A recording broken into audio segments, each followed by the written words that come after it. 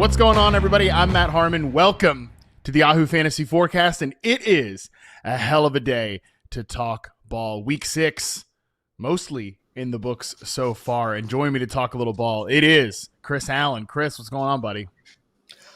Today, we are reminded yet again about how little we know as fantasy analysts, man, because we try and do as much prep for these weeks to give people as much information as they can to set their rosters. And in some cases it matters, in some cases it doesn't. I'm reminded of just this past weekend, Drew Davenport, the legal expert, and he wound up playing my sister-in-law, Olivia, in their fantasy league. Got rocked, man. Got absolutely rocked. She's in there texting me and just like, what is going on with Drew? I thought he was a professional, all this. And these are the types of weeks where it's just, we don't know what's going on, man. And this is the type of stuff that can happen. But no, happy to be here and cannot wait to just go over yet another wild week of NFL action. I'm so glad that you said that too, because my sister was, asked me this morning, like, should I play Stephon Diggs or Jalen Waddle? I was like, I have them got like back to back in my rankings. Maybe you just go ahead and play Stephon Diggs because he's playing with a better quarterback, which is true. Like, the quarterback that plays for the New England Patriots is significantly better than the guy who played for the Miami Dolphins. Like, just go ahead, just a little bit. I was like, just go ahead and play Stephon Diggs. It's so close anyways. It probably won't matter. And the gap between like what those guys did was huge by like just a couple of ticky tack plays here and there. So that it's a great way to say that. We know nothing. All that we know is that players are going to get hurt. That is the one indisputable truth, and unfortunately that was a big part of what we are going to have to talk about here today. Let's jump right into it here, Chris, as we always do on these live weekly recap shows. The first segment, this is where we go over the games that we care about most, plus our boom and bust players of the week. Second segment, those are the games that we sort of care about, and the third segment, the final segment, the games that could have been an email, and we got some big time email games to go through here today. But first, let's give out our boom and bust players of the week. And for the first time this season, I believe we have a consecutive boom player of the week because Rico freaking Dowdle said, hey, my former team, they better buckle up. He goes out there and carries the ball 30 times, 183 yards, 4 catches for 56, which led the team, and a touchdown. Scores over 30 fantasy points, just drops a hammer on his former team in the Dallas Cowboys as the lead running back for the Carolina Panthers. He said, buckle up, and they did not buckle up. So, Chris, Rico Dowdle. Rico Dowdle, the best running back in fantasy. Rico Dowdle doing a LaDainian Tomlinson impression. Like, what is happening right now in the NFL? They're trusting their running back to actually deliver on his promises, and Dowdle did just that. 6.1 yards per carry, which is just insane looking at just the concerns we had for the Carolina offensive line coming into this game. And on top of that, 66.7% rushing success rate. That's tied for 11th among all running backs so far throughout this season. Having back-to-back games with 200 plus scrimmage yards, you are talking about putting his name alongside some of the all-time greats doing this in 2 consecutive weeks. So I'm with you, man. If you wound up picking him up and starting him a couple of weeks ago when Chuba Hubbard's calf injury popped up, you have to feel pretty great about this. And also thinking about what the Panthers are going to try and do moving forward, this could wind up being a committee. It's hard to put this genie back in the bottle, seeing how well he's been able to operate over these past couple of weeks. So at the very least, you've got I would say, committee back, or let's say a mid to high end RB2, just looking at how well Rico Dowdle has been able to play over these past 2 weeks. I want to kind of unpack that idea of putting the genie back in the bottle. I love the way you framed that. I want to unpack that when we get to that game, which we're going to get to that game first, so we'll be here in just a few moments. But yeah, just to throw back up one of the tweets that we had earlier from Ryan McDowell, great stat from him, one of our friends in the industry. Players with 30 plus with multiple 30 plus fantasy point games this season. Jonathan Taylor, sure. George Pickens, yeah, he's balling out, and Rico Dowdle. Yeah. Like that's where Rico is right now. He has been sure, why not? He's been incredible the last 2 weeks. Now, obviously there's been some, it couldn't have been better from a matchup perspective. Like sometimes it just is who you play, right? The Dolphins are terrible. The Cowboys are terrible. These are 2 of the best running back matchups you can possibly get. But there's a difference between like, oh yeah, he had a good matchup and he went out and had a nice game, and he absolutely was the smash of the week, which is what Rico Dowdle was for a second consecutive game. So we're going to unpack more of what this means for Rico, Dowdle, and Chuba Hubbard and the entire Panthers offense when we get to that game in just a second. But before we do that, we have to give out, unfortunately, our bust player of the week, which was Garrett Wilson. And this is one of those, it's not your fault. It's not your fault type of games. There was certainly a couple of moments where maybe Garrett Wilson, who got 8 targets on the day, could have called one pass in here or there. But when you're a wide receiver 1 and you catch 3 for 13 and just overall one of the most disgusting receiving box scores I can remember seeing in my life, something went systemically wrong with the team, Chris, which is exactly what happened in this game. The Jets completed 9 passes. Justin Fields completed 9 passes in this game, which is bad enough, right? But when you juxtapose that to the fact that they took 9 sacks, the Broncos sacked Justin Fields 9 times as well, that means nobody's going to have a good game in fantasy, which Garrett Wilson absolutely did not do. No, and we were trying to get through, or at least pay somewhat attention to this game earlier this morning, although I probably needed a few extra sips of coffee while we were trying to process what the heck was going on the field during most of that contest. But I would say adding insult to injury, or it's more like injury to insult, because Garrett Wilson leaves with a hip injury afterwards because he got walloped at the back end on that 4th down play along the left sideline. So concerns about even his availability, not his productivity, but even he's going to be available after they get back from London. So this is just one of these teams where, and we knew this kind of coming into this game, where they've had these slow starts to games where they don't typically wake up until the 4th quarter, and they couldn't even do that this week. So now that we have something that's really starting to becoming a problem with that entire offense, trying to start any of the Jets moving forward is probably going to be a non-starter for a lot of folks, unless you have maybe Breece Hall and, of course, Justin Fields for his rushing production. But even he probably feels like he's on the outs in terms of being a weekly starter.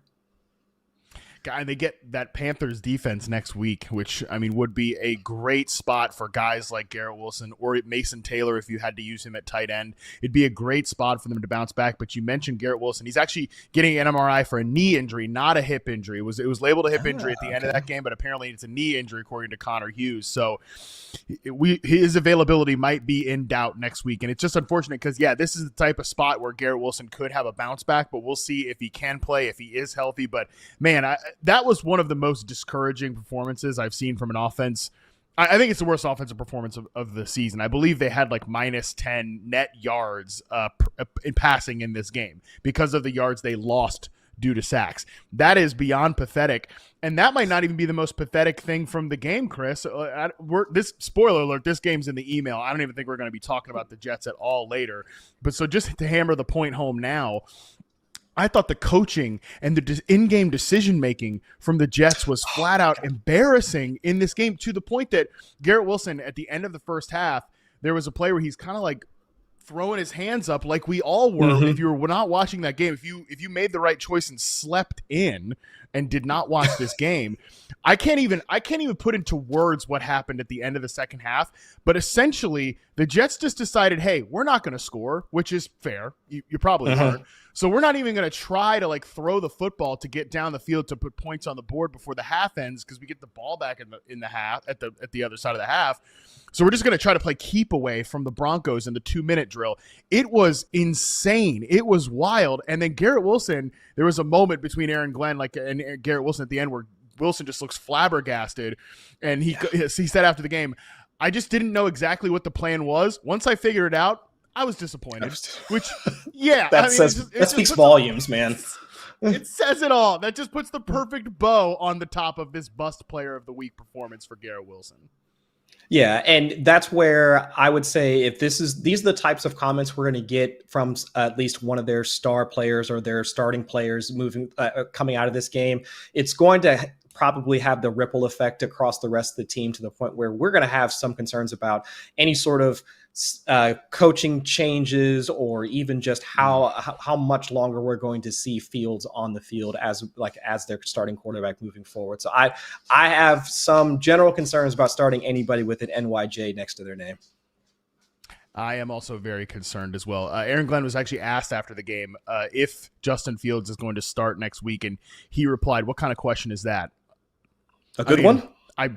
A good one. A worthwhile question, actually, Coach Glenn. I think it's kind of a worthwhile question. So we'll see what happens with the Jets, but nothing good happened for them on Sunday. Let's transition here. Let's get into the games that we care most about, and let's start with Rico Dowdle's big performance. Panthers 30, Cowboys 27. Let's start as we always do with the team that won the football game, which is the Carolina Panthers. So let's have that conversation about Rico Dowdle and Chuba Hubbard and what this looks like when Chuba Hubbard gets back. So this is just what Rico Dowdle has done the last 2 games for the Carolina Panthers. And I would just for a second pretend this is not Rico Dowdle, and this is just put these stats to any nameless player. He has played 80% of the Panthers snaps. He has had an 84% share of the team rush attempts. He has had a 20% target share. 52% of his carries have gone for 5+ yards. 36% of his carries have gone for a first down or a touchdown. He has touched the ball 54 times for 375 total yards, and he has accrued 54.6 fantasy points in half PPR scoring. I mean, Chris, I asked Sounds you, good. like, how do – yeah, that sounds pretty good. And again, yeah, he played the Cowboys and he played the damn Dolphins, which are bad fronts that have given it up to basically every running back they've played this year. However, that's just domination to the point that they love Chuba Hubbard. I love Chuba Hubbard. They've paid Hubbard. They did not give Rico Dowdle a lot of money.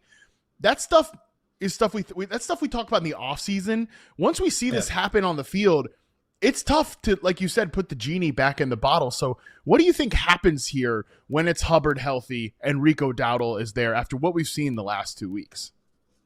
I would have to think that they try and give Dowdle at least a little bit of time to see if he can stay in front of this RB2 or a 2-man committee, we're assuming, once Hubbard gets back. And to your point, seeing how well he's been able to play, it's not just about the results. Of course, when you see any running back with that level of production, you would have to assume that you're talking about, if you would tell me, if it was just a Panthers running back and you listed off all of those stats about how well he's played, I would have said, oh, well, you're talking about Christian McCaffrey back when he was still in Carolina, not Rico Dowdle. I mean, 30 carries today, 10 of them went for first downs. I mean, that makes no sense to me in terms of how effective he is, like, once he gets So it's not just about the results, but also about the opportunity. As you were saying earlier, I mean, 80% of the rushing attempts, 20% target share. I mean, that's legitimately CMC-esque type numbers in terms of how he's been used, not just as a rusher, but a receiver. So that's where I'm thinking you have to have, or they should have, a type of committee where Dowdle should be featured because he has played so well, and then have Hubbard essentially work behind him for the first couple of games. And they're going to have some tougher matchups moving forward, but if he continues to be as effective as he has been, I mean, you should have at worst, a 1A, 1B type situation for Rico Dowdle moving forward. Yeah, I agree with what you just said there, and I think that actually can be really good for the Panthers overall. I've mentioned it before. This run game has been very successful statistically. Like, they move the ball well on the ground. They just haven't been in a lot of normal games early on so far. I mean, through the last 2 weeks, Rico Dowdle's averaged 1.55 yards before contact per rush attempt. Just for some context, like Jonathan Taylor, 1.08. Cam Scadaboo, 1.29. Rashad White, 1.21. Kyron Williams, 1.41. So they've been getting some push with the offensive line despite having some injuries. I think this ground game's good. I think there's enough for both of these guys to obviously not – one of them is not going to do this when the other is out there. Of course, that's obvious. But – yeah, I think there's enough room for both of these guys to be relevant, and I think that's kind of the formula that the Panthers would like to have because their passing game has a lot of issues, obviously. I think this was a pretty good Bryce Young game overall, and outside of 3 or 4 really rough moments in the Dolphins game that he would like to have back, he did lead them back in the fourth quarter of both of those games. So I think I think Bryce is kind of stabilizing a little bit, and it would really help if you just have 2 running backs balling out as well.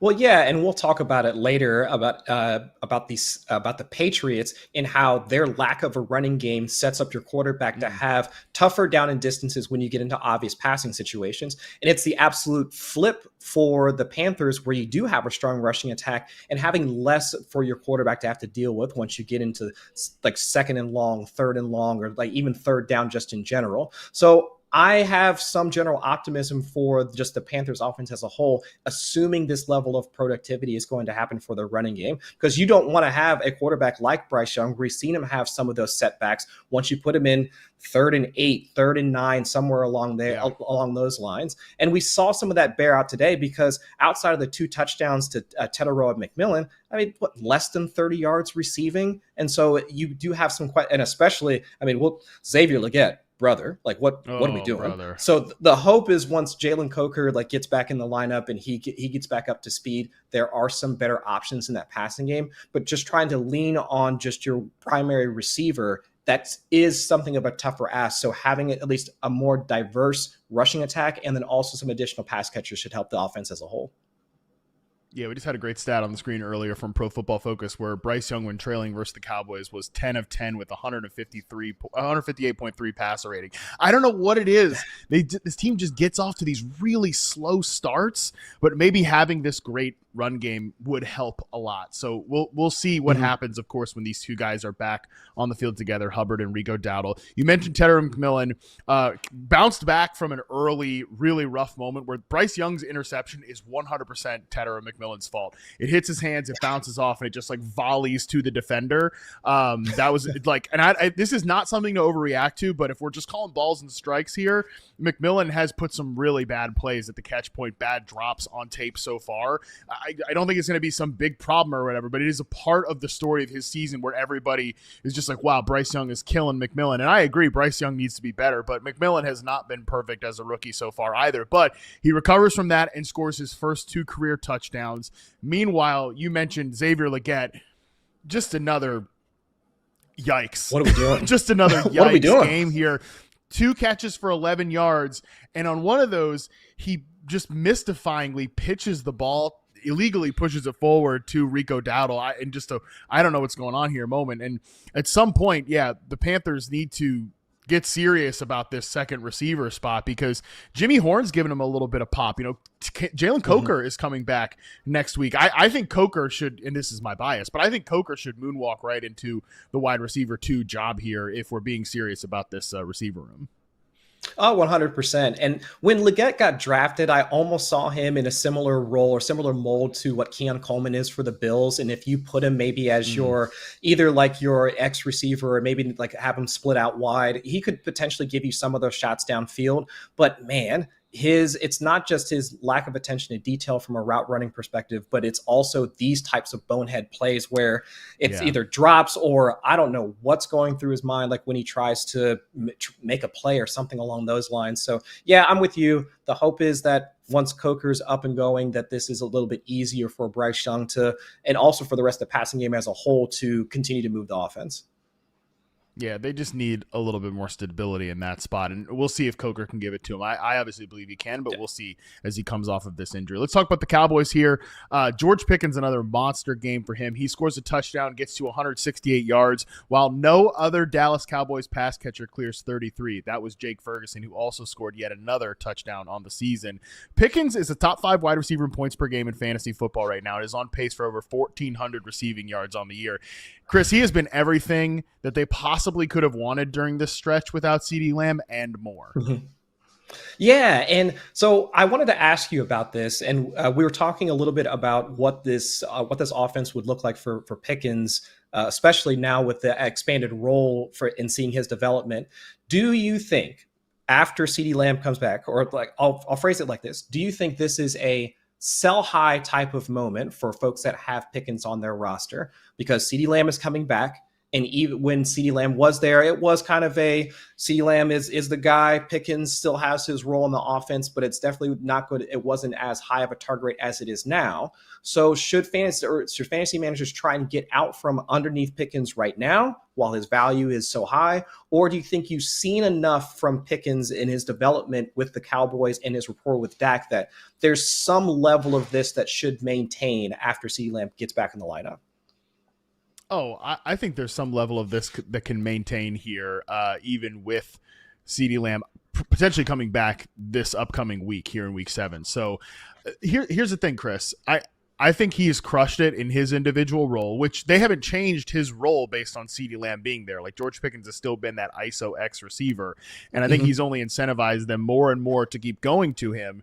And the other thing I would say to this as well, your buddy over at Fantasy Life, Ian Hartitz, had a great point about this during the week. I saw he had a great tweet about this because he's a great tweeter. He had a point about this with Rashee Rice, where he's like, I keep seeing fantasy analysts say like, trade for Rashee Rice. Now's your time. This is the time to buy Rashee Rice, as if the person who drafted Rashee Rice is just like, yeah, I've held him for 5 weeks, but sure, like why not just have him when he's about to come back? This the idea of George Pickens being a sell high right now, it implies that whatever bozo in your league just like doesn't have an internet connection, I guess you can trade him to that player. Like if that person doesn't pay attention at all and doesn't realize like, yeah, CeeDee Lamb has been out there and like I think there's some implication that if you're trading for Pickens, everybody knows it's going to come down a little bit from Lamb, not being out there. I think that's kind of, it would be implied in the trade negotiation. At least that would be my understanding of it. Yeah, and that makes sense. And even though I would say that there's going to be some less production, we shouldn't assume he's going to be having over 100 yards per game even after Lamb gets back. With the way that Dak Prescott is playing and how much he wants to sling the ball downfield, I mean, there is not a tight window that Prescott is not going to want to fit the ball into. I mean, he sees a tight window throw, he's probably going to take it 10 times out of 10 and 11 times on Sundays. I still think that there's a way for this to continue to work with Pickens and Lamb on the same team, just with how well Dak has played and how often he's throwing the ball. So I'm with you. I just want to at least put it out there for folks that are looking at this as a potential sell high. But with the way Pickens is playing and how well he's been able to mesh with his offense, I think there's still plenty of space for both of them to operate as Lamb still wide receiver 1, and I would say Pickens right on that fringe, like high end 2 fringe top 12 type of guy. Yeah, Dak is balling out, and with the way the defense is, they're going to have to continue to throw the football. So I think that is they're the Bengals of 2024. 1,000%. Like as soon as they traded Micah Parsons, I think they won that little prize, if you could call it a prize, as soon as they traded Micah Parsons. One quick last note on this game. Panthers' run defense has quietly been pretty good the last couple weeks. Shut down 2 big-time fantasy football running backs. 10 carries for 16 yards for Devon Achane last week on the ground. 13 for 29 for Javonte Williams. So need to see like a few other games for Williams to really panic about this, but just something I wanted to quickly note about this game. But let's move on to the next one here, which just wrapped up a little bit before we got started here. Buccaneers 30, 49ers 19. The overall headline for this game, well, there's a couple of them, but 2 major injuries in this game between a battle of the most banged up teams in the NFL. The 49ers lost all-pro linebacker Fred Warner to a dislocated ankle. Kyle Shanahan said he expects him to potentially miss the rest of the season. They are already without Nick Bosa. That's brutal. And then on the Bucs side, Emeka Egbuka, yet another wide receiver goes down for the Tampa Bay Buccaneers. They've lost 4 guys now. We'll see how serious Egbuka's injury is, but he missed the entire second half with a hamstring injury. So Baker Mayfield continues to get it done without Egbuka. What were your other takeaways with the Tampa Bay Buccaneers in this game? I watched that deep shot from Baker Mayfield to Tez Johnson, and I'm almost in the back of my mind. It's the Breaking Bad meme of he can't keep getting away with this, because I don't know how many times are you going to remove a pass catcher from this offense and Baker is still not even just from a fantasy standpoint, because sometimes you can look at a quarterback's box score and just be like, oh, okay, well, yeah, he's good for fantasy, but there's no way he can continue doing this. But you look at how well Mayfield has been playing with offensive line injuries, pass catcher injuries, his own injuries, and still he's lighting up like this. And not to say that the 49ers have this all-world defense like they have in the past, but you take so much away and Mayfield still comes out on top, dropping 30 on the 49ers. That, granted, they are banged up and having to start Mac Jones. We'll talk about all that here in just a minute. But that is my biggest takeaway, is just how well coached this offense is on a team where we thought there was going to be something of a step back with Liam Cohen leaving. That's my biggest takeaway from this. Baker has just balled out this year. He has gone from a player that I was like completely out on during at the end of his Panthers run to being one of my favorite players to watch in the NFL. 12 touchdowns, 1 pick, 5-1 record. And in this game in particular, he threw a touchdown to Cameron Johnson, a 34-yard score on a well-designed play that caused the 49ers defense to bite up. Then he dropped that heater to Tez Johnson, the 45-yard touchdown, which was preceded by Baker converting a 3rd and 14 scramble where he got hit. He broke multiple tackles. He is just the ultimate gamer right now. He does something every single week that should be the leading highlight for Sports Center or whatever. That's the level of football this guy is playing as the entire offense crumbles around him. Like, there are cluster injuries at wide receiver. There have been cluster injuries on the offensive line. They're missing their starting running back in this game, and none of it matters. Like, this is as capital F franchise quarterback as it gets, Chris Allen. Yeah, 100%. And I thought coming into this season, like we were just talking earlier about the loss of Liam Cohen, and also just seeing how well Baker played, not just as a passer, but the scrambling that was there for him in 2024, that was something of an outlier because we hadn't seen any of that, especially in his time in Cleveland, but even at his other stops along the way, Carolina and also out in LA. But it's still there for him, man. He's still out there, like from a scrambling perspective and being able to create on the ground. I mean, his EPA, like per rush standpoint, he's got him up there like top 6, top 7 so far amongst all quarterbacks. And it's not just the fact that we're able to get that production, but he's allowing the offense to still move the chains and set up for some of those big plays that he's had to, whether it's when it was Emeka Egbuka in the offense, but now Tez Johnson, Sterling Shepard, I mean, all of those guys. Cade Otton also mixing in for 5 targets here in this game. So they're just making it work with whomever they've got. And I have to commend Baker for continuing to operate this offense at a high level. Real quickly on the backfield, yes, Sean Tucker popped in a short touchdown in this game inside the 10-yard line. But Rachaad White still had 20 opportunities and played 64% of the snaps to 22 for Sean Tucker. So if Bucky Irving does have to miss any more time, Rachaad White has shown that he is the guy that you want in replacement of Bucky Irving. Let's talk 49ers here. Kendrick Bourne does it again. With another 140-yard effort, which I think you were talking about on Fantasy Football Live this morning. So 9 targets for Kendrick Bourne. Jawan Jennings only runs a route he has 30 routes to 33 for Kendrick Bourne, so it wasn't that far behind. Weird game for him where he didn't get targeted. I don't believe he got targeted until the second half. There was a report from the game, one of the 49ers beat writers, Jennifer Lee Chan, had that Kyle Shanahan was yelling at Jawan Jennings for a second time. Wide receiver coach Leonard Hankerson was pushing Jennings away from Shanahan. Jennings said after the game, "Hey, I'm playing through a rib injury right now." Just weird, like, kind of tough stuff with Jawan Jennings. But meanwhile, Kendrick Bourne is doing the 2024 Jawan Jennings impersonation in this offense right now.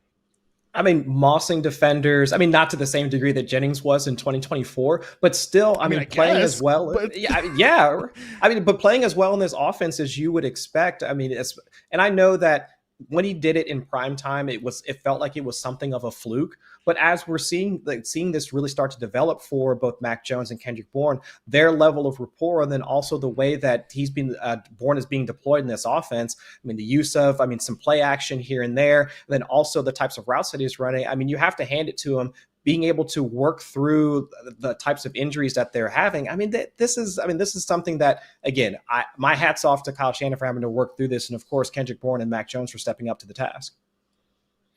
We'll see who's back for the Niners next week in the passing game. Sounds like Ricky Pearsall could be back. Sounds like George Kittle could be back, but we might get another Mac Jones start. But Mac Jones, I know he threw the 2 interceptions today and he took 6 sacks, which obviously is a part of the Mac Jones experience where it's not as much a part of the Brock Purdy experience. But Mac Jones is a perfectly capable, hey, just point and shoot quarterback, right? Do the joystick Yeah. stuff. Like Kyle Shanahan's going to tell you where to go. You find the guy, and he's been doing that. So even if we do get a game where Mac Jones has to start and it is Pearsall and Kittle and all these guys are back, obviously I think it's better with Purdy. I don't think there should be any sort of quarterback controversy at all. I mean, come on, give me a break, guys. But there's definitely I'm feeling okay using these guys in fantasy if Mac Jones is out there. Yeah, and they play the Falcons next week, so it should be, I would assume, to be something of a back and forth type of matchup, especially now with no Nick Bosa, like you mentioned earlier, Fred Warner also out. So let's see how Michael Penix operates in prime time. So we'll see how that offense looks coming out of their bye. But theoretically, this should be another game where Mac Jones gets pressed into a more pass-friendly type of script. So we get to see all of the pass catchers, assuming they're healthy, get to operate in what should be a pretty good fantasy-friendly type matchup. Real quick, just before we move off this game, just saw a quote from Baker Mayfield when asked about Tez Johnson, who says he weighs 142 pounds. This is from the Underdog NFL account.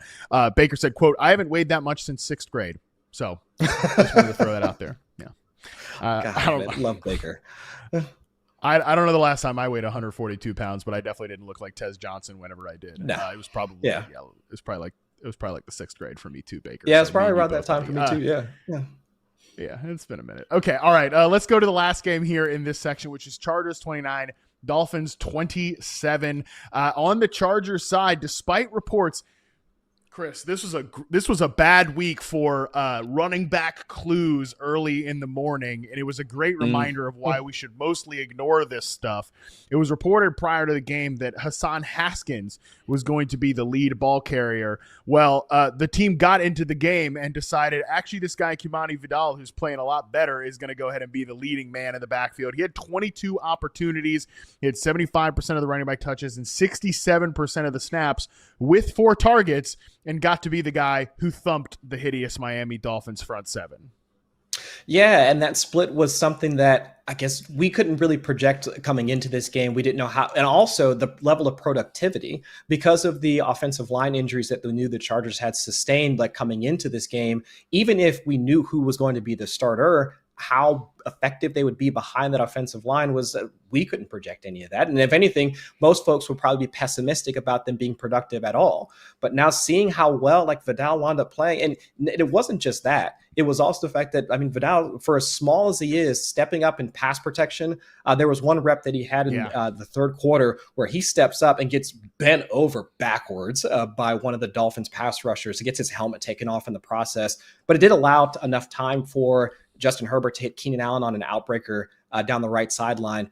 That's the type of stuff that I would assume that Harbaugh is going to be like, yeah, you're going to be our starter moving forward. That's the type of stuff that I want out of my running back. So kudos to them. And I know we'll talk about the passing game just in general for the Chargers, just seeing how well I think Herbert was able to operate it in this game. Again, knowing that they're going up against the Dolphins secondary, but still this backfield now, if you rolled the dice on trying to pick up like Vidal, I mean, you should be at least happy with what you have like for right now, but let's see if that split maintains once they come up into week 7.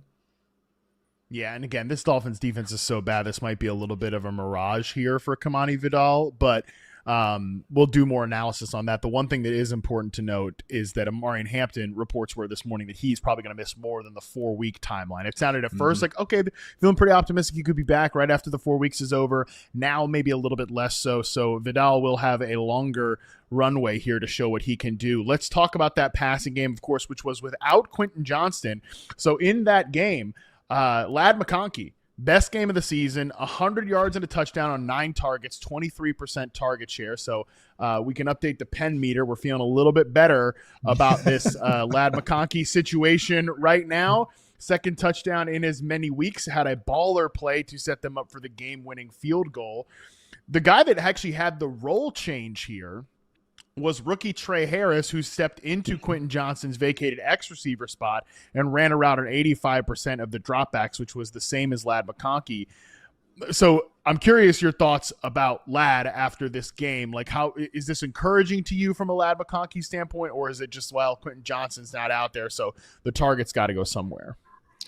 I think it's a mix of both. And I actually wanted to ask you about it as well, because looking at it's not just the opportunity, but we both know where Lad McConkey typically winds up aligning pre-snap. I mean, 62.2% slot rate, and also knowing the Chargers, how banged up they are on their offensive line. My question to you is, do you think that just because of the series of circumstances, that this is the skill set that Justin Herbert needs in order to really move the offense? I mean, over the past 3 weeks, his average depth of target has been 6.5 air yards, 3.8, and then 5.8 today against the Dolphins. If he's going to be trying to get the ball out relatively quick in the short area parts of the field, this would benefit a guy like McConkey who really stays in that short area part of the field. So that's kind of what I'm thinking. I don't think this is more of a fluke type of thing. It's just more, and not just because Quentin Johnston's out. It's just about the entire environment of the offense right now versus anything else. But do you agree?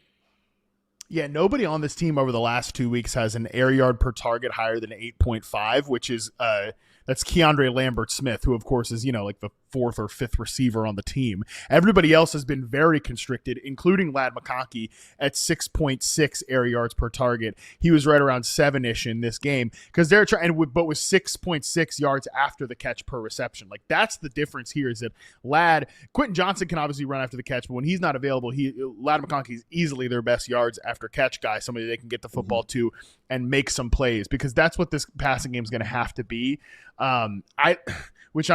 I kind of go back and forth on, Chris, because I think Greg Roman has gotten a little bit too much crap for his passing game designs, but I think he designs a really good vertical and intermediate passing game. I don't love as much as the kind of like tempo, timing, quick hitting stuff in his passing game, which is going to be a little bit problematic behind this offensive line, which is how you end up barely beating the damn Miami Dolphins in this game. Yeah, and that's where I do see there's probably ups and downs, I think, and especially once Quentin Johnston comes back, assuming he's back in week 7, we'll see like how that starts to shift, and if they do try and get like Quentin or like Johnston like more involved in the passing game. We have to assume so just because of how well he played. But next week when they play the Colts, you would have to think that this is something of a game where a guy like Lad McConkey might be able to continue to roll from not just a volume, but also a yards after the catch type of perspective. This quote from Jim Harbaugh that we're showing on YouTube right now is just absolutely insane. This is from at My Sports Update. Chargers head coach Jim Harbaugh on the Justin Herbert to Lad McConkey play that set up the game-winning field goal. Quote, "That play will be burning in my mind until they throw dirt over top of me." All right, Jim. I love Jim. I love Jim Harbaugh. His quotes, they're just wonderful, man. Well, I mean, his quotes are maybe only topped by his, facial expressions and just the general vibe that he's got. So, I mean, he's just a gift that keeps on giving. But yeah, I hope this play is burned in the mind of Jim Harbaugh and Greg Roman and Justin Herbert, so they keep getting the ball to Lad McConkey, because that's the thing. Like, there's been nothing outside of a couple drops against the Giants. There's been nothing wrong with Lad McConkey as the player. It just needs more opportunities. So yeah, like 7 to 9 targets. That's kind of what we're hoping for from him. I just wanted to quickly touch on Keenan Allen, though, who there was no change in Keenan Allen's role. He remained in the same kind of spot that he's been in. He's yet to crack 80% of the routes this season. In the last 3 games, 40.7 yards per game, 0 touchdowns on a 21% target share. So I am a little worried that we've already seen the best of Keenan Allen this year, Chris, which was to start the season, and now he's going to kind of fade a little bit to being just a bye week fill-in in fantasy. And there's probably like 1 play per week, Chris. This is a little more qualitative, but there's like 1 or 2 plays per week where Justin Herbert throws a pass to Keenan Allen that 2022 Keenan Allen probably makes that play, but 2025 Keenan Allen is not necessarily that guy. I just it's like I think that this team needs to be QJ and Lad focused, and Keenan's kind of a supporting actor. No, 100%. And I think not just from the age standpoint, but also like we were both talking earlier, if this offense is going to need to probably lean on the passing game more than the running game in order to keep them moving down the field, those yards after the catch are going to be critical for them. And of the 3 wide receivers that they're going to be tossing out there, we would both agree that it's going to be QJ and Lad that you would think are going to be the ones that are generating most of that. That's just not Keenan Allen's game anymore at this stage of his career. But can he mix in for enough targets to generate first downs, or if they get stuck in some of those long down and distance situations on third downs, 3rd and 6, 3rd and 7? can Herbert still hit him on an outbreaker that allows them to move the chains? Absolutely. So I think that type of role, kind of where he's at right now, I think will be perfect for him, where it's like he gets to play like you were just saying, he gets to play the backup supporting actor type of role, and then let QJ and Ladd be kind of the headliners here. Yeah, Arondé Gadsden, the rookie tight end, has also been making some waves too, which I think is eating into some of Keenan's stuff in the underneath area as well. But still a really good player for the Chargers and useful for them. But I just wonder if those days of like big fantasy production is going to kind of be like a September thing and not an October, November thing. But still a very good player in his role. Real quick on the Dolphins here. From an on-field perspective, Devon Achane bounces back with some big runs to the outside. The Chargers have been kind of giving it up on the outside to running backs between Ja'Cory Krosky-Merritt and Achane the last 2 weeks. Jalen Waddle continues to get the wide receiver one treatment by a lot in this passing game. But the thing I want to talk to you about, Chris, is this quote from Tua Tagovailoa, who told reporters, this is from Cameron Wolf of the NFL Network, told reporters that Dolphins players have been late and are skipping player-only meetings in recent weeks. Eye-opening examples of problems with the 1-5 Miami Dolphins. Tua begins his answers with, "It starts with leadership," which Tua has been getting buried on the internet because he is the team captain. And if it's players only meetings and he's a team captain, is this one of those, the hot dog suit guy? Like, we're all wondering who's did this Who did or whatever. this? Yeah. So I just feel like we always have to update the collapse meter in terms of how close are we to the doomsday midnight scale with the Miami Dolphins this year. Yeah, so what was it? A couple weeks ago, he's calling out Cam Newton, and then now he's calling out himself or maybe Mike McDaniel. I'm not sure. Which at this point, I almost have to assume, and I'm definitely not here trying to call for anybody's job, but you have to wonder how long McDaniel is for the role down there in Miami, and if an offensive coordinator position, maybe in the 2026 timeframe, is where we're going to see old Mike at some point here soon. But still, yeah, I'm with you, and I think we were talking earlier, at the start of the show, about the volume is there for Jalen Waddle, but a couple of those passes, they could have gone the other way, man. And while folks that wound up rostering him or starting him today, they'll probably look at the box score and say, all right, solid day. It's great. I mean, he's essentially their wide receiver one without Tyreek Hill in the lineup because of the injury. But man, with a couple of plays go the other way, you're probably looking at it like, well, I really wish I had gone somewhere else versus starting Jalen Waddle. Very fair. Again, we'll just continue to monitor this Dolphins situation because it does seem like it's only a matter of time until changes happen. We'll see if it's in season or after the season or how that goes. All right. That is going to do it for the games that we care about most.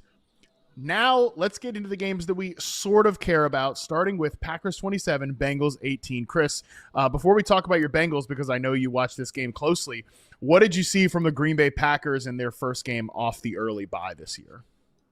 So we were actually talking about it this morning on Fantasy Live, that what was going to be the role for Matthew Golden coming out of this. And man, he looked explosive, strong hands, and able to work after the catch. I mean, a lot of the passes that Jordan Love connected with him on some of the crossing routes and seeing him work after the catch, you could see why they put the draft capital that they did into Matthew Golden. So that was one of my biggest takeaways. Of course, Josh Jacobs was going to do what Josh Jacobs does on a weekly basis and find the end zone, and especially going up against my Bengals defense. That was pretty much a given.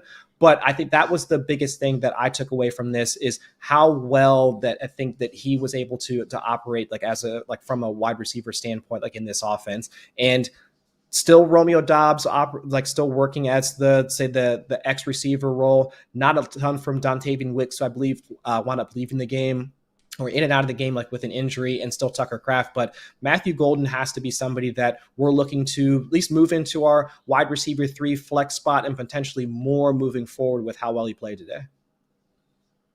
Yeah, the good news for Matthew Golden is, like you said, not only did he put it in the box score, 3 catches for 86 yards and another 2 rush attempts as well. That's the good news. He looked awesome doing it, which is even better. The bad news is that he was still part of a wide receiver rotation. I don't know how up to date these numbers are because the game obviously just ended, but it looks like he only ran 18 routes for a 58% route participation, which the two guys over 70%, this is just how it always is. It's Romeo Doubs and it's Tucker Kraft. Kraft only had 2 targets. He dropped one, caught the other for a massive touchdown, which is kind of what you're hoping for with Tucker Kraft on an every week basis. So that's good news for Matthew Golden, is that he did seem to be really involved. I agree with you that he looked awesome doing it. He's still not somebody that I think we can really, really trust in fantasy, and I would just really wonder what it looks like because Christian Watson's apparently coming back at some point. That's a good Jaden point. Reed Yeah. obviously will be back deep into the season. And Chris, we just know that when the Packers can do this, which is feed the ball to Josh Jacobs over and over again and just get out over an inferior opponent with a win, they're going to do that every single time. Yeah, and that's probably the general concern and why I would still put him as like the wide receiver 3 flex territory. And let's say for week 7 specifically, because I wind up playing the Cardinals, who have all of the problems that they're dealing with as of right now, that would probably be the best shot for you to have a level of confidence to start Matthew Golden. But outside of that, yeah, the passing game, the amount of options that Jordan Love has will always probably keep us from being super confident about starting any of them. All right, on the Bengals side of things, how did you feel about the Joe Flacco experience, first game there in Cincinnati? I wasn't embarrassed. I'm really surprised that I came out of this not feeling embarrassed about all of this, which was where I was at pretty much all throughout the week after the trade got announced. No interceptions. The one problem that did happen, of course, is they had the slow start, which you have a quarterback that was having to understand and recite the playbook on a car ride down 71 just 4 or 5 days ago.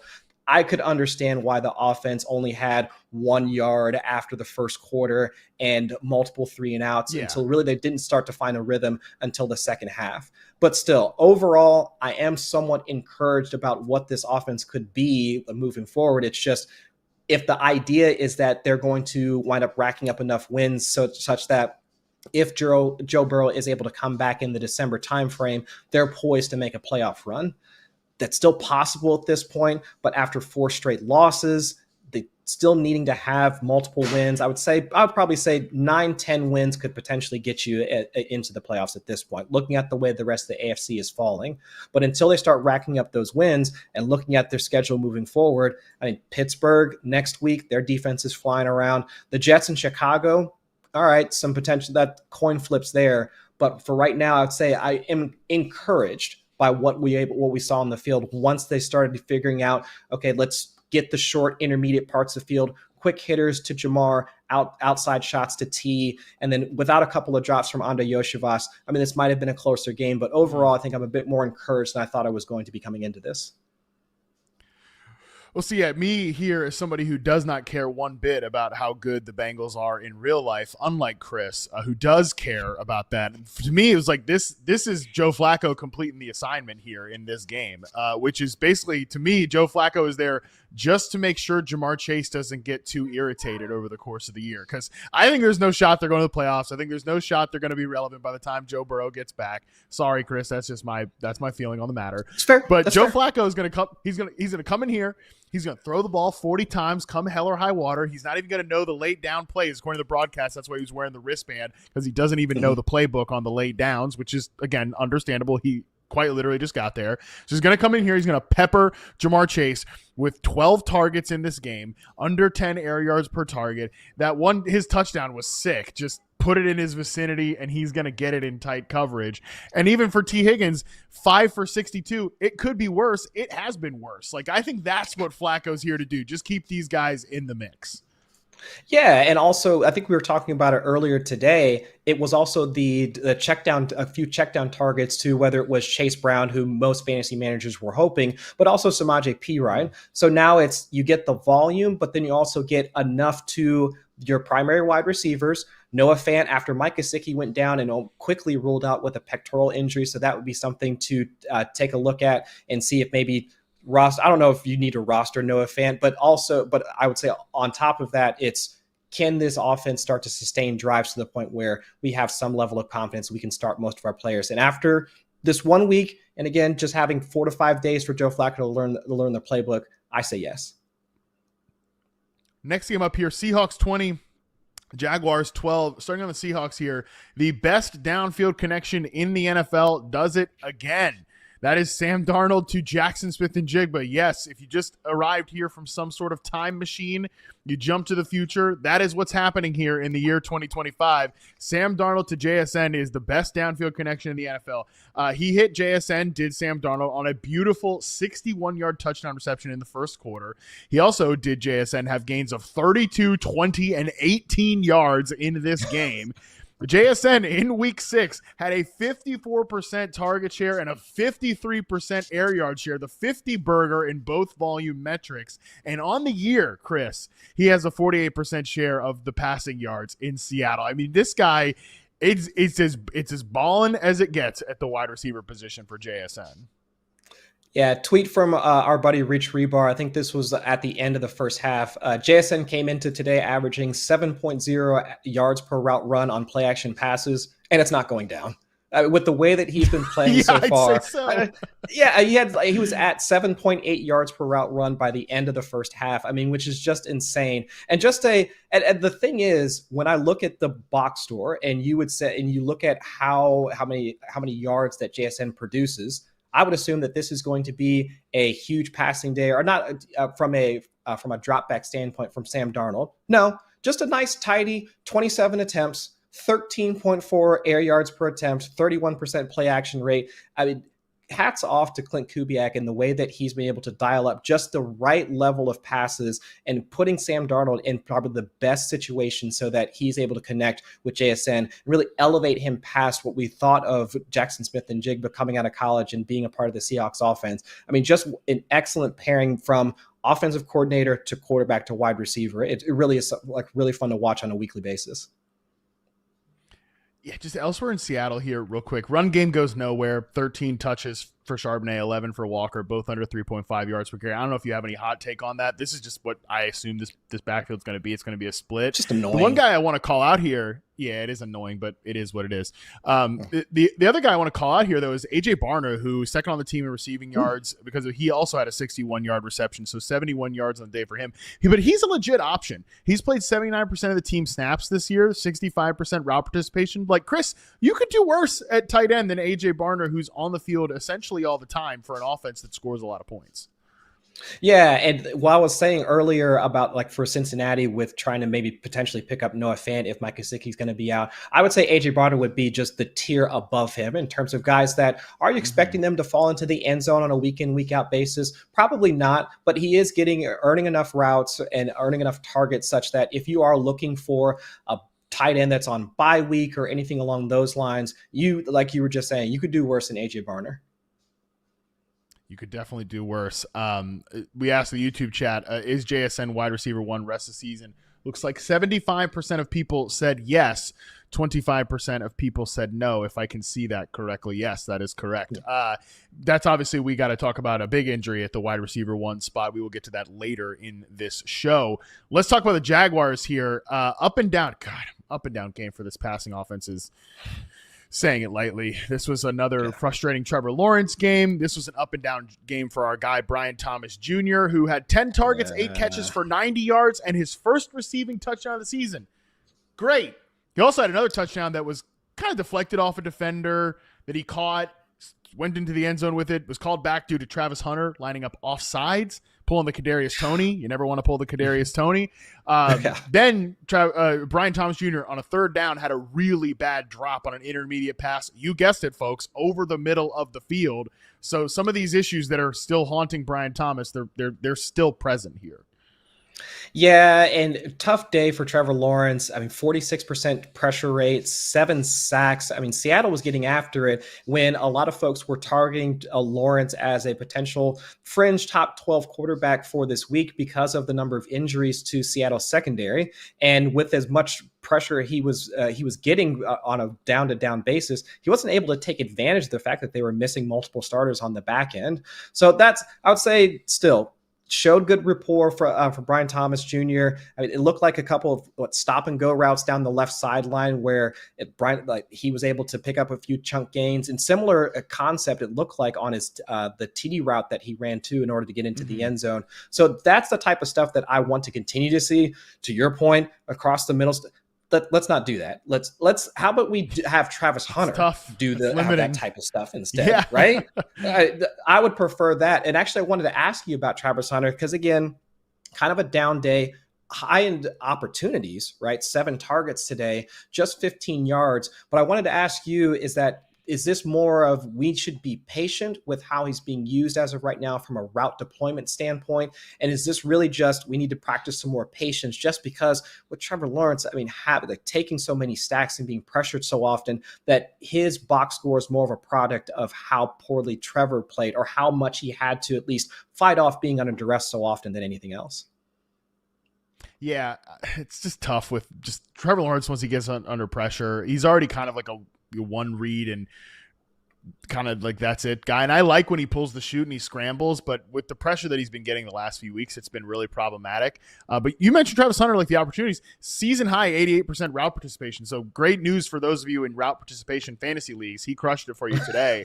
But I would say he's just kind of a bench hold right now. Somebody, if you took him high in Dynasty, you've got to exercise some patience here because remember, this is a unique situation where they're trying to experience him with 2 sides of the ball here. But I do think at this point, like we've got to get him more involved because Brian Thomas, like, yeah, we can say, hey, just stop throwing him over the middle. Okay, well, if you stop throwing him over the middle, that's a pretty significant area you're downgrading your wide receiver 1. So I mentioned this on Fantasy Football Live this morning. They're just juggling a lot in terms of what should be their 3 best passing players in Lawrence and Hunter and BTJ. So I'm still hoping that by November we're not really having this conversation, but I'm definitely a little. I don't love how it's going right now. That's certainly for sure. All right, let's go to the. Oh yeah, go ahead. Oh no, that's it. No, you got it. All right, let's go to the next game here, which is Patriots 25, Saints 19. Patriots side of it, another disgustingly good game for Drake May. He led the team with 28 rushing yards. If that doesn't tell you how good the run game was, I don't know what will. He threw 3 touchdowns of 25, 29, and 53 yards, while no Patriots pass catcher had more than 5 targets. Once again, Drake May was the entire offense for the New England Patriots, Chris Allen. Yeah, and we'll get to the run game in a bit, but it's not just the fact that, I mean, Stephon Diggs not really getting there as we had hoped after seeing him produce for the previous 2 weeks, but now finding the level of rapport with Kayshon Boutte for a couple of touchdowns. Pop Douglas, I mean, just zooming past defenders to get into the end zone. I think that's where I have no idea, like, especially after the like weeks 2 and 3 where we didn't see anything out of the ancillary pass catchers, and it's been more of Hunter Henry and then of course Stephon Diggs coming into focus. That's where it's just, is this offense one that we can now start to trust it, like moving forward? Of course, the Drake May of it all is something that fantasy managers definitely want to lean into. But if this is what we're going to expect week in and week out, having a couple of Patriots pass catchers on the back end of your roster might work out. Although, and this is what I was talking about, like when we first got on about not knowing anything. So if I had known that, if I had done my homework, Matt, and I had known that Kayshon Boutte, he graduated from LSU, he's from New Iberia, Louisiana, and playing in the Superdome, I would have recommended him. If I had known that he's playing in front of his hometown, and he's playing in front of his people. That's my bad. Hand up. That's my bad for not doing that level of analysis and knowing college and hometown of every wide receiver is going to be playing and having that type of performance, seemingly out of nowhere. But that's not to say that we haven't seen Boutte have strong performances beforehand. I mean, week 1 he showed out, but still, this is the type of stuff that we should expect, at least from an offense as a whole, when it's powered by Drake May and how well he's playing as a passer. Yeah, the homecoming narrative, you can never overlook the good old homecoming narrative for a wide receiver. Kayshon Boutte has a big day for the Boutte Bros. He led the team with a 74% route participation, scored 2 of Drake May's touchdowns.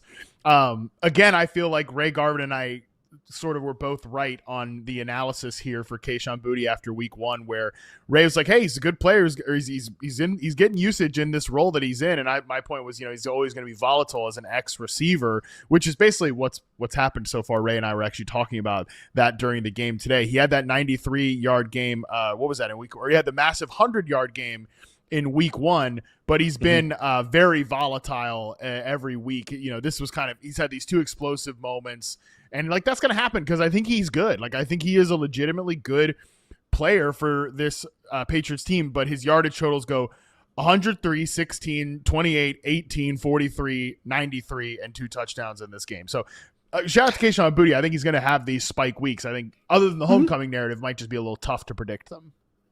Yeah, but still, being connected to Drake May, 63% passing success rate today. He just continues to get better and better. Now, I know going up against the Saints defense is something that we should expect most passers to be able to get over and play well against. But still, if we're going to get this type of performance, I'd be looking to at least, I would say, roster and maybe keep at the end of the end of my bench. Like that's the type of player for that Boutte is to me. And to your point, with as volatile as he is, if you need him on maybe a bye week fill-in type of thing, not the worst guy to have on your roster. Right, exactly. Bye week fill-in, have him on the bench. Good player to roster in dynasty leagues where you start multiple wide receivers because he's going to play on the vast majority. He led the team in route saves and play the vast majority of the snaps. Drake may trust him, and he can win in this downfield role. So I like what I've seen from Kayshon Boutte so far this year. Steph Diggs still had a 71% route participation. So just a game where a pass got called back to a little bit of a ticky-tack OPI. He also had Pop Douglas' second touchdown called back on another OPI as well. On the Saints side of things, Chris Olave, speaking of downfield targets, finally got some usage downfield, 12.3 air yards per target. He was under 8.0 in weeks 1 to 5, 53-yard reception on the day. So that was good to see for the Saints wide receiver 1, who actually crossed 60 yards receiving for the first time this season. And Spencer Rattler, like I mentioned earlier, Drake May, 63% passing success rate today. Spencer Rattler, 57.1 passing success rate. Not bad for a quarterback that we thought was, when he came out of college, multiple flaws as a thrower of the football. And even last season when he came in and had a number of spot starts, still showed a lot of the raw talent, but just wasn't able to put it all together.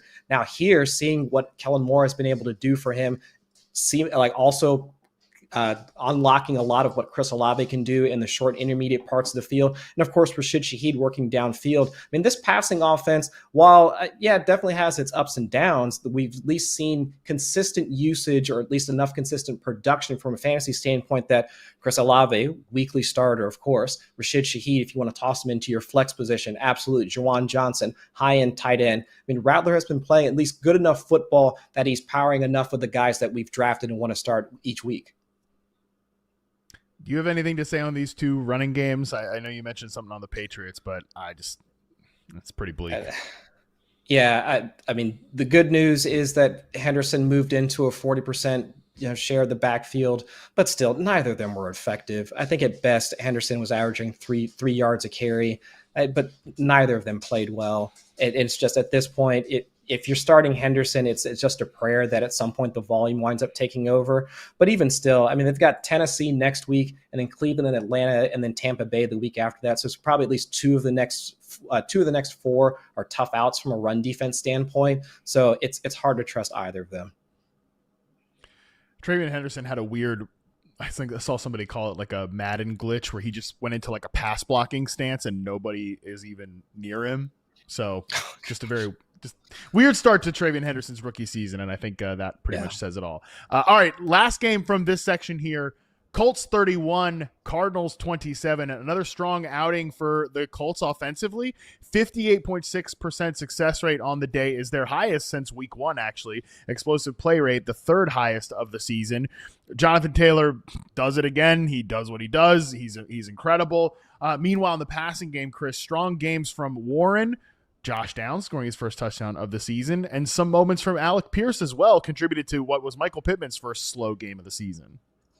Yeah, and Josh Downs was the bright spot here, and I wanted to ask you about him real quick because now that's 2 straight weeks with a plus 20% target share for Josh Downs, and of course, like you just mentioned, he finds his way into the box. So, is this something that, at least from what you're seeing from Downs, if not last week or the parts of this week too, is this enough that we can trust Downs from a weekly standpoint that we can toss him into our lineups because Daniel Jones has multiple options, man. It's whether if it's not Pittman, like you just said, it's Alec Pierce and of course Tyler Warren and JT mixing in for a couple of targets out of the backfield too. But is Downs showing you enough that if somebody says they want to roll them out in their flex spot, would you have an issue with it, or would you say, well, no, let's give it another week or something along those lines?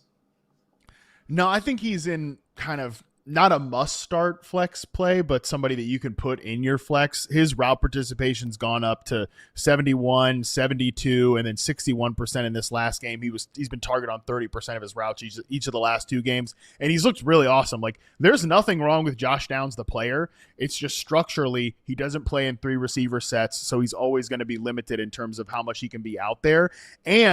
And this is a team that runs the football at a good clip and has, like I said, Alec Pierce had a really nice game here. Alec Pierce has been good when he's been healthy this year. Tyler Warren is awesome. Michael Pittman has bounced back. So it's a very crowded room, and Downs is going to have a limited ceiling because of that, as much as I absolutely think he is a fantastic wide receiver.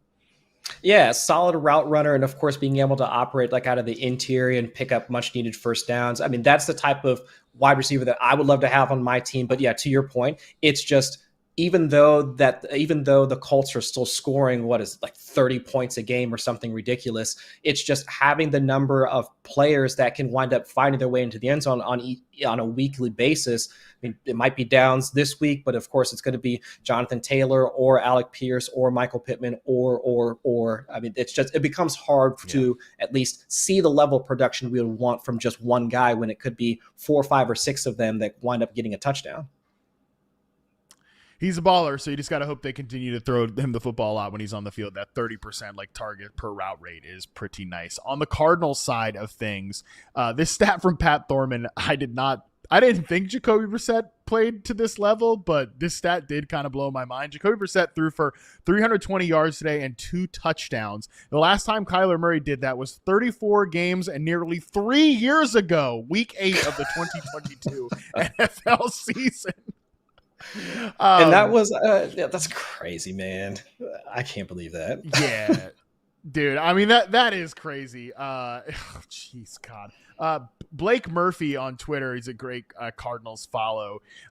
He just pointed out, right now, this team, this group, this coaching staff, it's the same team from 2023. Like, nothing has changed. They're the exact same team. So to me, everybody knows how I feel about this Cardinals. Like, they just need to all get away from each other. And my God, of course, bro. Like, me, I had a sick little fascination of what would Marvin Harrison look like with a different quarterback, especially one who has shown in this system he can do the over the middle stuff. Harrison caught both of his early targets for 32 yards, including a big in-breaking crossing route, and then of freaking course left the game with a concussion in the first quarter. So he was bummed. He was talking all week about how excited he was to play in the stadium, play with the Colts at home, where obviously his father had a long history with the franchise. So just nothing good can happen to Marvin Harrison. Like, nothing. Let me say it this way: nothing normal can happen to Marvin Harrison, of course. Well, no, nothing normal happened for almost the entirety of the game. Because what was it? So Charvarius Ward suffers a concussion in pregame warmups. Anthony Richardson winds up clocking himself in the face and fracturing his orbital socket. It was just from start to finish, or even before the start, this game was just kind of on a whole other plane in terms of craziness. And then that's not even until you get into the game itself.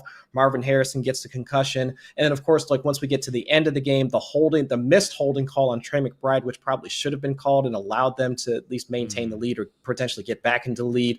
That was tough. But overall, it was at least good to see Brissett operate the offense and get the ball out to his pass catcher. So assuming Marvin Harrison can get back in week 7, we'll see, because he has to go through the concussion protocol. That would be good to see, considering that we've just been really begging for some more pass production out of this entire offense, and maybe Brissett's the one to do it.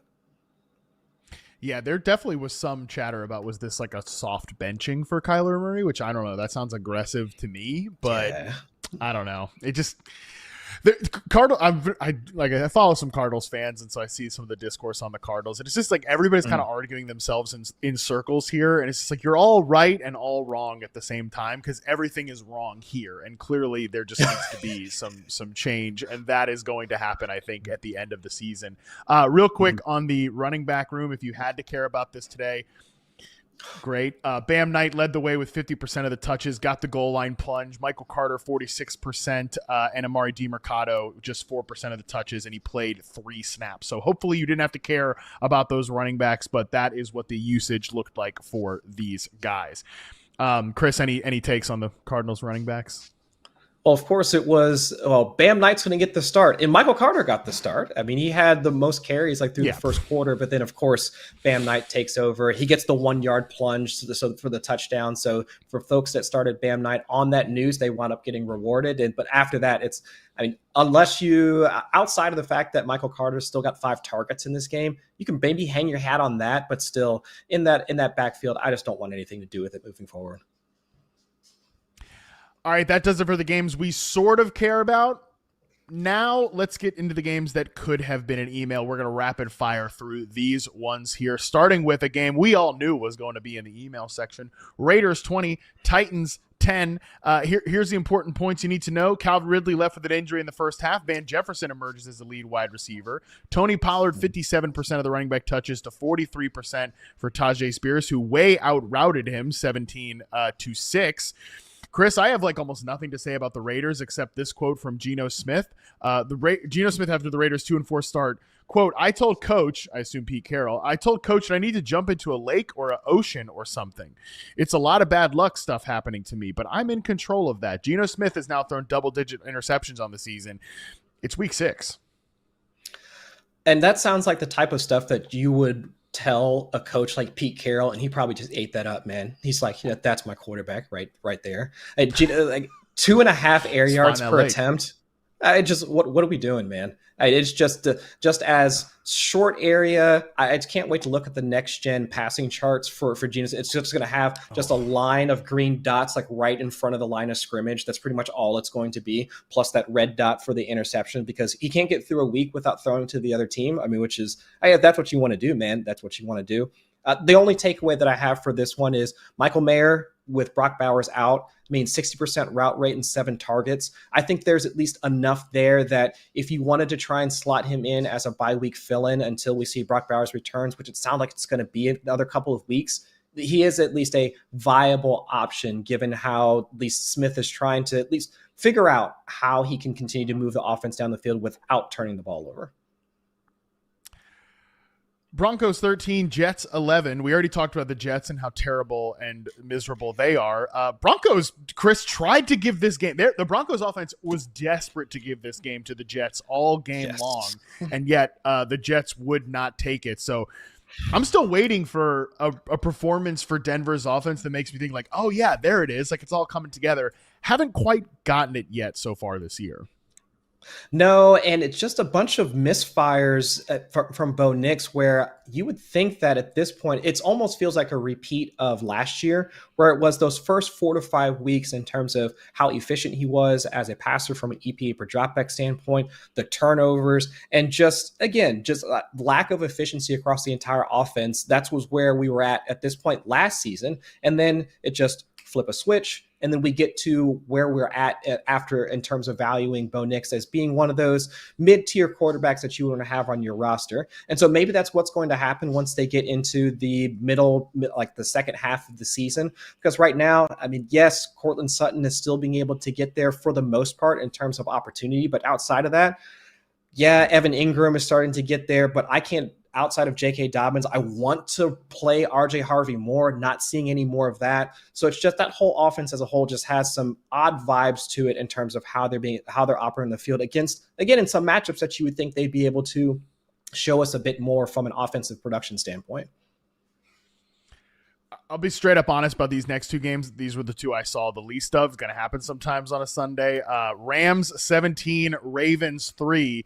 I think the important thing we need to know from this game is the Puka Nacua foot injury. Missed most of the game, returned late to play through pain, according to Sean McVay. But McVay says he still expects him to potentially miss next week, although that is up in the air. Jordan Whittington stepped up for an 86% route participation in this game. Meanwhile, Devontae Adams just got a couple of inaccurate passes from Matthew Stafford in the red zone, so did not have a big day. I didn't think this game was going to be this close, Chris.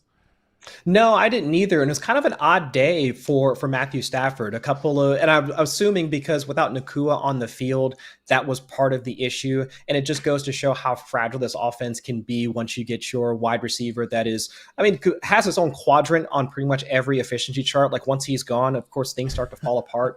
But still, I do wonder about how this is going to wind up working if Nacua has to miss time, or even if he is just somewhat limited with the foot injury. But otherwise, not a bad day for Derrick Henry. That's really only the other takeaway that I had from this is the fact that he wound up getting the 24 carries and over 100 yards.